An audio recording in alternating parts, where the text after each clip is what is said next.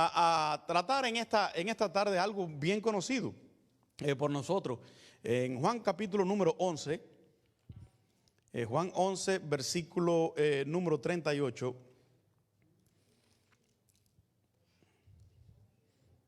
Hasta el número 44. 11:38 al 44. Vamos a dejarlo ahí. Amén. Bendito el nombre del Señor. Dice: Jesús, profundamente conmovido, otra vez vino al sepulcro. Era una cueva y tenía una piedra puesta encima. Verso 39. Dijo Jesús: quitad la piedra. Quitad la piedra. Marta, la hermana del que había muerto, le dijo: Señor, hiede ya, porque es de 4 días. Jesús le dijo: no te he dicho que si crees verás la gloria de Dios. Entonces quitaron la piedra de donde había sido puesto el muerto. Y Jesús, alzando los ojos a lo alto, dijo: Padre, gracias te doy por haberme oído. Yo sabía que siempre me oyes, pero lo dije por causa de la multitud que está alrededor, para que crean que tú me has enviado. Y habiendo dicho esto, clamó a gran voz: Lázaro, ven fuera. Y el que había muerto salió atadas las manos y los pies con vendas y el rostro envuelto en un sudario. Y Jesús dijo: desatadle y dejadle ir. Bendito el nombre del Señor. Gracias, Señor, por tu palabra. Tú eres bueno, Señor. Háblanos, tócanos, Señor, en el nombre de Jesús. Amén. La semana pasada estuvimos hablando de las cosas que perduran, que son las cosas que son invisibles. Si ustedes se recuerdan, estábamos hablando que el apóstol Pablo había dicho a los corintios que todo aquello que es invisible es eterno, y lo que es visible se va, tarde o temprano, va a desaparecer. Estábamos hablando de fe, y ese capítulo hablaba acerca de la fe. Ahora, todo esto casi todo el mundo lo conocemos. Vamos a hacer una pequeña exégesis de lo que estaba pasando aquí, para que ponerlos en contexto rápido lo que pasó. Lázaro era un seguidor de Jesús, junto con su hermana Marta y María. Seguían a Jesús, creían en él, eran discípulos de Jesús, eran seguidores del Señor y vivían en Betania, una aldea que está a unos cuantos kilómetros cerca de Jerusalén. En aquel tiempo no había bus, no había carro, o era caballo, el que tenía, o burro, pero casi todo se hacía a pie, caminando. Tenían que ir allí. A Jesús lo habían mandado a buscar porque Lázaro había enfermado gravemente. La Biblia no dice qué tipo de enfermedad, pero él había enfermado gravemente. Y ahora Jesús va hacia casa de Lázaro. Pero Jesús en su omnisciencia sabía que Lázaro iba a morir. Y se tardó bastante tiempo. Si usted ve, hubo un lapso de varios días. Ya cuando Jesús llegó a Betania, ¿ya cuántos días hacía que estaba enterrado Lázaro? 4 días hacía que estaba enterrado Lázaro en aquel tiempo. Ahora Jesús dijo: Lázaro está dormido y yo voy a ir a despertarlo. Porque algunos pensaban, y es verdad, aún hasta la ciencia médica hoy en día reconoce que cuando el paciente está grave y duerme y llega al otro día, hay una mejoría.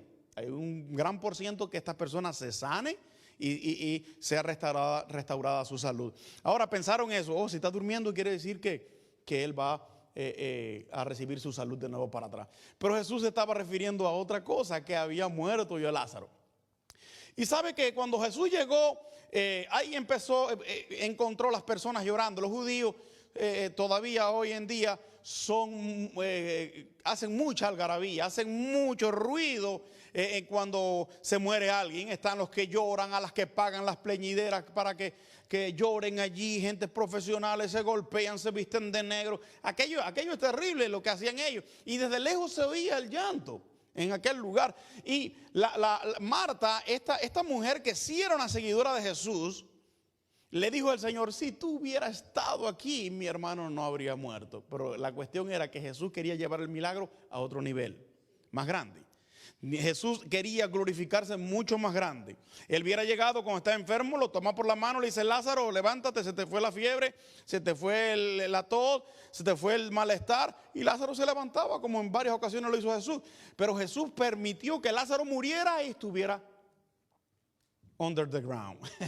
Bueno, en este caso dice que estaba enterrado en una cueva, ¿no? Con una piedra. Ahora, estaba Lázaro 4 días muerto en aquel lugar. Y Marta vuelve a recriminarle o a hablarle: ay, Señor. Jesús le repite: María o Marta, yo soy la resurrección y la vida. Pero cuando las personas están pasando por situaciones, aunque Dios se te ponga al lado, se te presente adelante, cuando has quitado la mirada del Señor, cuando tú dejas que los problemas materiales, espirituales, físicos, te agobien y que no te dejen ver la gloria de Dios, sucede eso. Aunque Dios se te pare enfrente, no lo vas a ver ni lo vas a escuchar.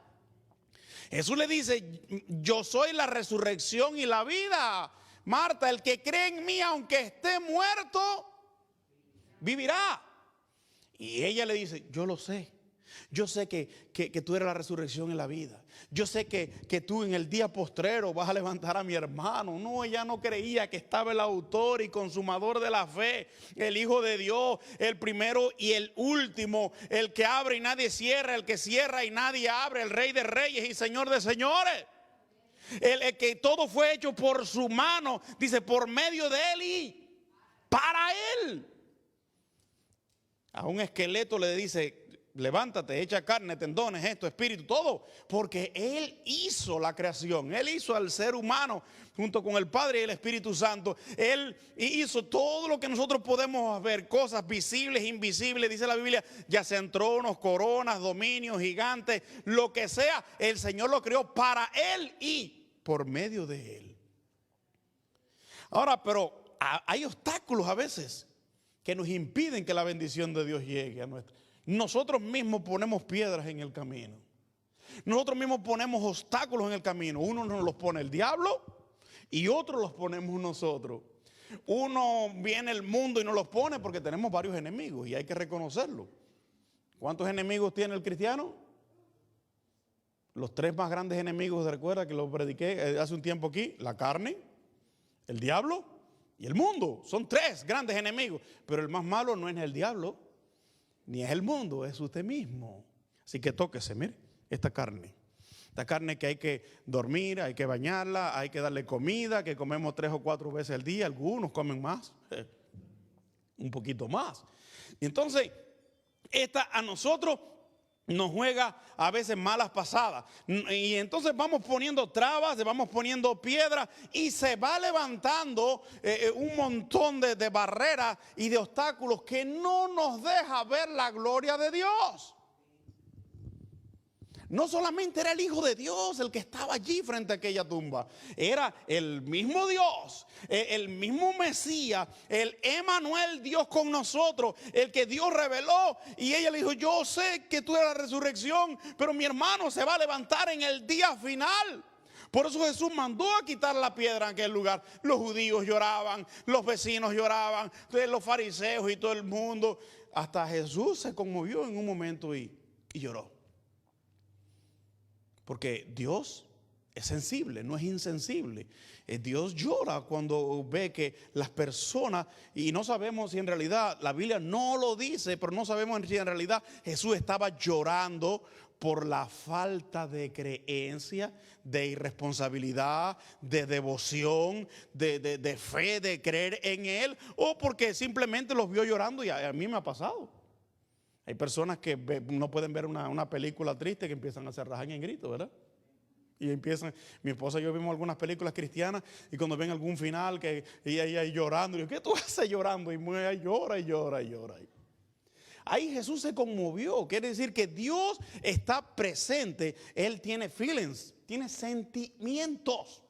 Ahora, esos sentimientos no son como los de nosotros, que, bueno, yo voy a amar al que me ama, yo le voy a dar al que me da, yo voy a tratar al que me trata. No, Dios no es así, Dios no entra en esa cosa. Por eso Jesús le dijo, oíste decir que los antiguos dijeron ojo por ojo y diente por diente. Esa era la ley antes, la ley del talión. Estaba escrito en el Talmud y estaba escrito en la ley. Si alguien te sacaba un ojo, había que sacarle un ojo a él, así de fácil era. Por eso dice ojo por ojo y diente por diente.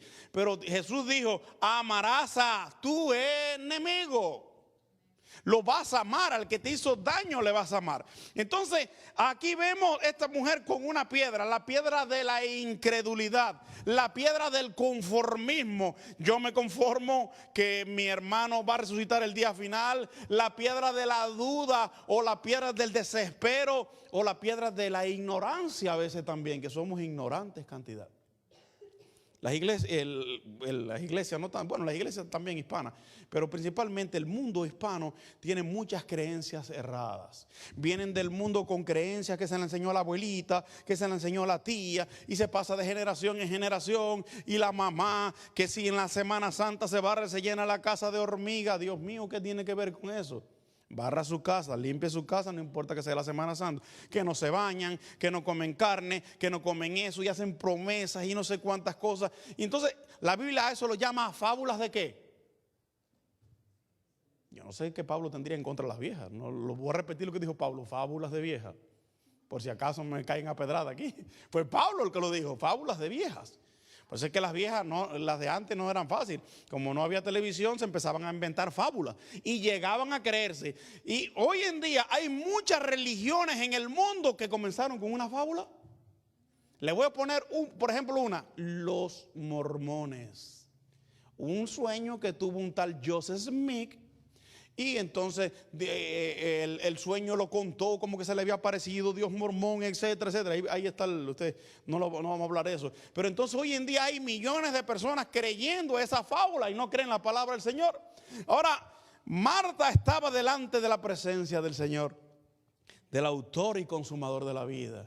Si tú hubieras estado aquí, mi hermano no hubiera muerto. Si yo hubiera tenido $20, no hubiera pasado hambre. Claro. Si yo hubiera tenido un buen carro, yo hubiera ido a trabajar.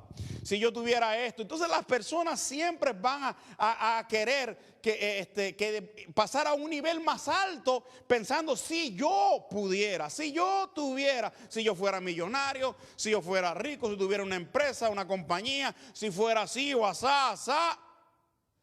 Nosotros tenemos que trabajar con lo que tenemos, y principalmente los cristianos que creemos en el Señor tenemos que trabajar con nuestra fe. La fe tenemos que cultivarla. ¿Y sabe qué fue lo que sucedió? Ahí vemos en estos versículos, vemos que Jesús, en el versículo, déjame ver cuál es, estamos en el capítulo 11. Mire lo que Jesús dijo. Estamos en el versículo, bueno, le mando a quitar la piedra, ok. Él en el versículo número 43, después de haber orado y darle gracias a su padre, dijo a gran voz, Lázaro, ven fuera. Dice, y el que había muerto 4 días. La hermana le dijo, ya hiede, eso no hay quien lo resuelva, ya para qué. Eso que va, no tiene solución. Ya esta persona tiene un cáncer metastático, se le regó en todo el cuerpo, no hay que lo sane. En mi país eso no lo salva ni el médico chino, pero Jesús no es el médico chino. Jesús es el médico de los médicos, el médico divino del cielo. Él sana, Él liberta. Y el mismo Job en el Antiguo Testamento dijo de esta forma, yo sé que mi Redentor vive. Y dice, aún del polvo, ¿sabe qué? Nosotros nos vamos a morir el día de mañana, si no viene el Señor.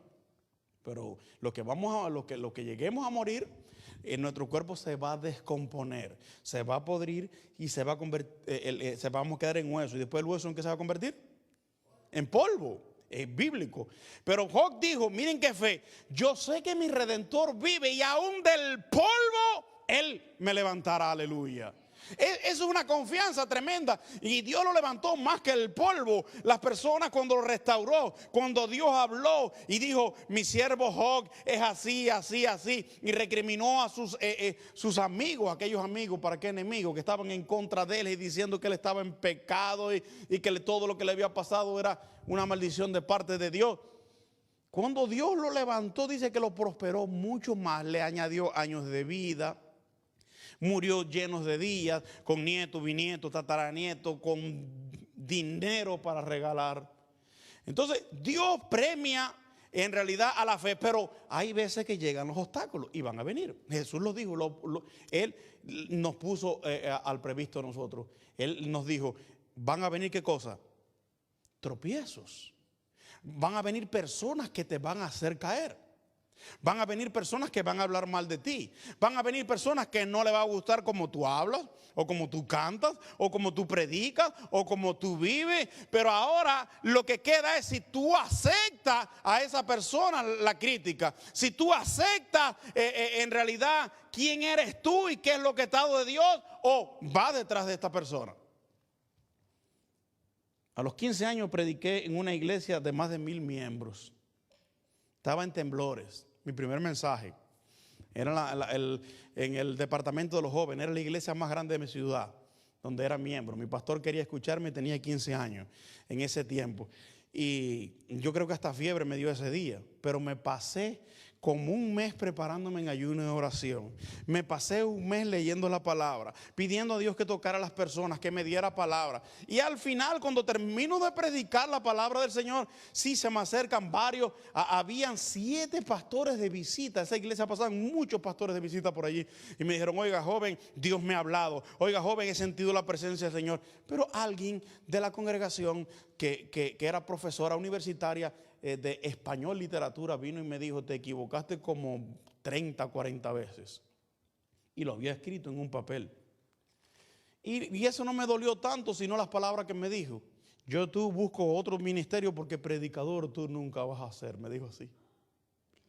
Yo sentí que sinceramente hubiera querido que la tierra a mi corta edad que se abriera y me tragara y me fui para mi casa hecho pedazos. Pero mi pastor era un hombre de oración. Usted veía a mi pastor todo el tiempo tirado en el primer banco. Tenía 3 líneas así. Mi suegra tiene que acordarse. Y aquí adelante se tiraba él de rodillas y cuando no podía se sentaba y cuando no se acostaba todos los días hasta las 12 del mediodía estaba orando este señor ya. Ya una persona mayor. Vivía en ayuno. Y parece que o alguien oyó algo y le dijo o Dios le reveló que al otro día fue a mi casa. Y me dijo, ¿sabes qué? Dios tiene algo grande para ti. Dios te quiere levantar. Cuando las personas empiezan a señalarte, cuando las personas empiezan a criticarte, en realidad lo que quieren es apartarte, alejarte más de Dios. Eso lo usa el diablo, porque el diablo se está oliendo. Él me dijo, el diablo es como los perros, pastores alemanes o los perros que trabajan en el aeropuerto, que para descubrir droga, saben quién tiene un futuro en el ministerio, sabe quién le puede hacer daño al diablo, y el diablo sabe que tú preparándote, un día le vas a hacer daño. Y le digo, ya se lo dijeron. Ya le dijeron lo que pasó, que me dijeron que me metiera a músico o a cantante o cualquier cosa, pero predicador no. Y mire, empecé a estudiar en el seminario de las Asambleas de Dios. Después que estudié mis 4 años del seminario, que hice un bachiller en Biblia y Teología, hice una licenciatura de 2 años. Y fui el tercer expediente de mi país, sin recursos, sin nada. El tercer expediente en todo el país. Recuerdo que fue en Ciego de Ávila la graduación. Y Dios empezó a ministrarme. Y no solamente ese, como Dios me estaba usando en diferentes materias como hermenéutica, exégesis, yo no sé en cuántas cosas. Me llaman del comité ejecutivo, el más joven de todos. Yo tendría como unos 20 años, por ahí más o menos, y me dijeron, quiero que pertenezcas a ISUN. ISUN es una comisión nacional de las Asambleas de Dios de pureza doctrinal. para que yo agarrara los libros que iban a estudiar los estudiantes y mirara los que tenían errores y los que no tenían errores. Éramos un grupo y yo estaba entre ellos. Y un día me tocó dar una clase donde estaba el comité ejecutivo, el superintendente nacional, etcétera, el secretario, estaba en temblores. Y yo me pongo a pensar, santo Dios, si yo le hubiera hecho caso a aquella mujer, no solamente hubiera estado frustrado toda la vida, sino que a lo mejor hubiera estado apartado. Usted no le haga caso a quien le diga usted no canta bien, o usted no predica bien, o usted no sabe hablar. Mira, Moisés no sabía hablar y sacó al pueblo de Israel de Egipto.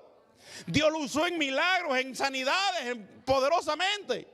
Pero nosotros dejamos que venga una piedra y esta piedra ya no se va a convertir en piedra, sino en un muro. Se convierte en algo grande que cuando viene a ver necesitas más fe, necesitas batallar más para quitar todo ese obstáculo. Por eso Jesús mandó a quitar la piedra y le dijo a Lázaro, Lázaro, ven fuera. Y el milagro fue en el momento. Un hombre que había muerto en 4 días, que ya estaba bien muertecito, que en ese tiempo no lo preparaban, volvió a la vida. Es lo que tenemos que entender y es lo que le estoy pidiendo al Señor. Hay veces que tú haces las cosas correctas y te pasan cosas malas. Sí pasan. Eso le pasa a todo el mundo. Hasta a Jesús le pasó. ¿Por qué lo mataron? Por hacer lo correcto. ¿Por qué mataron a Juan el Bautista? Porque señaló el pecado de Herodes. No te es lícito estar con la mujer de tu hermano. Con su cuñado, él muy sinvergüenza. Estaba. Y sabe que a Juan el Bautista le cortaron la cabeza. Pero no fue que se metió en lo que no le importaba, sino que era un varón de Dios, era un hombre de Dios, era un hombre llamado por Dios. No era una caña sacudida por el viento. Jesús dijo, más que un profeta era Juan, más que un profeta. Una voz que clamaba en el desierto y hizo lo que tenía que hacer. No se intimidó, no miró atrás, pero por hacer lo correcto le hicieron eso. Si nosotros haciendo lo correcto nos suceden estas cosas, es que en realidad está surgiendo efecto. Yo siempre he dicho que el árbol verde nadie le tira piedra, ¿verdad? Es al maduro. Por ejemplo, donde yo soy, eso está lleno de árboles frutables. Bueno, estaba, no sé, yo más nunca he vuelto, hace 14 años que no volví allá. Pero en aquellos tiempos donde vi a mi abuelo tenía matas de mango de diferentes tipos, de aguacates, no sé lo conocen ustedes, lanoncillo, mamoncillo, una fruta ahí, diferentes frutas. Y hay veces cuando nosotros no podíamos, los primos a pura piedra tumbábamos los mangos. Pero le tiramos ¿a cuál? A los maduros, ¿verdad? No a los verdes le teníamos que dejarlo y mi abuelo decía, tumben los maduros, que yo no vea que ustedes han tumbado un mango verde porque se van a buscar un problema. Ok, íbamos para los mangos maduros. Entonces cuando las personas traten de reírse, de burlarse, de señalarlo, pero esta persona me puede hablar a mí, esta persona me puede hablar a mí de fe, me puede hablar a mí de amor, me puede hablar a mí de unción o de la palabra del Señor, si ha hecho esto y esto y esto y esto, y hacen una lista. ¿Sabes qué? Jesucristo murió por esas personas. Jesús vino a buscar lo más vil de este mundo para avergonzar a los sabios. Por eso yo me considero un vil, me considero una persona que no soy nada sabio, porque en el Señor es donde está la sabiduría, es donde está el poder. Cada día yo necesito estar más en su presencia. Yo me acuesto a dormir y orando. Yo no sé cuándo me quedo. Igual que me levanto también. Gracias, Padre. Bendito su nombre. Yo necesito de ti. Yo necesito tu cuidado. Yo necesito tu compañerismo. Yo necesito tu protección. Tú no necesitas de mí. Y a veces le digo al Señor. El Salmo 23 dice bien claro: tu vara y tu cayado me infundirán aliento. Así que si tú ves que un día yo me estoy alejando de la doctrina tuya, de tus cosas, o me quiero meter en el pecado, hálame con el cayado. El cayado era como la punta doblada, pero la vara era más gruesa. ¿Saben para qué lo que era? Para golpear a la oveja. Y en muchas ocasiones le partían hasta una pata. Se la entablillaban y yo no sé si surtía efecto, las demás ya no se iban del redil. Entonces yo le digo al Señor, que tu vara y tu callado me infundan aliento, porque de esa misma forma tú vas a hacer que vas a aderezar mesas delante de mí en presencia de mis angustiadores, de aquellos que se burlaron. Por eso David también pasó por eso. Oh Jehová, se han multiplicado muchos mis adversarios. Muchos son los que dicen de mí, para él no hay salvación en Dios. Pero tú eres mi escudo y el que levanta mi cabeza. Dice, tú eres escudo alrededor de mí, eres mi gloria y el que levanta mi cabeza. Porque a David se le puso todo bien oscuro. No fue fácil llegar al trono. Siempre fue difícil, fue el más chiquito de todos, lo tenían trabajando mientras los otros estaban haciendo otras cosas. El mismo padre no quería saber de él. Porque cuando fueron a buscar a ungir al rey allí en la casa de Esaí, pues estos son todos tus hijos. Ah, sí, yo tengo uno allá que está pastoreando. El mismo padre no quería saber de su hijo. El mismo padre lo tenía como desechado. Es el último de la manada. Ese es el último que lo único que es bueno nada más es para pastorear ovejas. Y Dios lo saca de detrás de las ovejas y lo pone Señor y Rey de Israel. Y no solamente eso, sino que Dios hizo un pacto con David. Dijo que el Mesías, el libertador, el ungido, el Cristo iba a venir según su descendencia. Él se ganó ese derecho. Nunca sabemos nosotros. Hoy estamos aquí, mañana a lo mejor no estamos. Hoy Dios nos promueve y nos puede poner al otro día en un lugar más grande. Pero qué bueno es serle al Señor fiel en lo poco, en lo que usted tiene. Si usted gana $100 por semana, mire, aparte cómo se llama su diezmo y sea fiel al Señor. Ya mi hija, ya yo le empecé a enseñar que tiene que diezmar. Dinero que le regalen, délo, porque yo desde los 14 años yo diezmo, no he dejado de diezmar, daba $1, no es poco. El problema es la intención, el problema es que es una ley espiritual, dad y se os dará, medida, apretada, remecida y rebosando. Dice que darán en vuestro regazo. Entonces es una ley que Dios plantó, que Dios mandó a hacer. Tenemos que hacerlo. Así que se van a levantar muchos. No importa que se levanten personas. Hay veces que es difícil cuando tú veas que las personas te empiezan a criticar, a burlar, a señalar. Créeme que se siente feo. Es como el bullying, ¿verdad? A mí me hicieron un poco bullying en la escuela, me hicieron un poco en la primaria, pero ya después en la secundaria y en la high school, que es el preuniversitario, ya no me hicieron bullying. Pero en la primaria me hacían un poco de bullying y a veces agarraba yo lucha y mi mamá, no seas bobo, si eso no te va a romper un hueso. Ok, y ya lo superamos. Pero hay veces que ya cuando somos nosotros grandes, cuando ya somos adultos, viene el bullying espiritual. El diablo te mete esa cizaña en la cabeza. Oye, ¿quién te crees que tú eres? Porque no te hablo así, ¿quién tú crees? Tú mismo hablas, como en primera persona. ¿Quién soy yo? ¿Qué va? Yo creo que yo nací para estar sentado en un banco. O yo nací para estar ahí, no me atrevo. Y es el diablo que está poniendo. Porque si él te dice de esa forma, oye, ya tú lo descartas en el momento, ¿verdad? Si te habla al oído, sí, te habla como si fueras tú. Entonces, ahí es cuando te venga un pensamiento, eso hay que hacer lo que dijo el Señor. Dice, llevando todo pensamiento cautivo ¿a quién?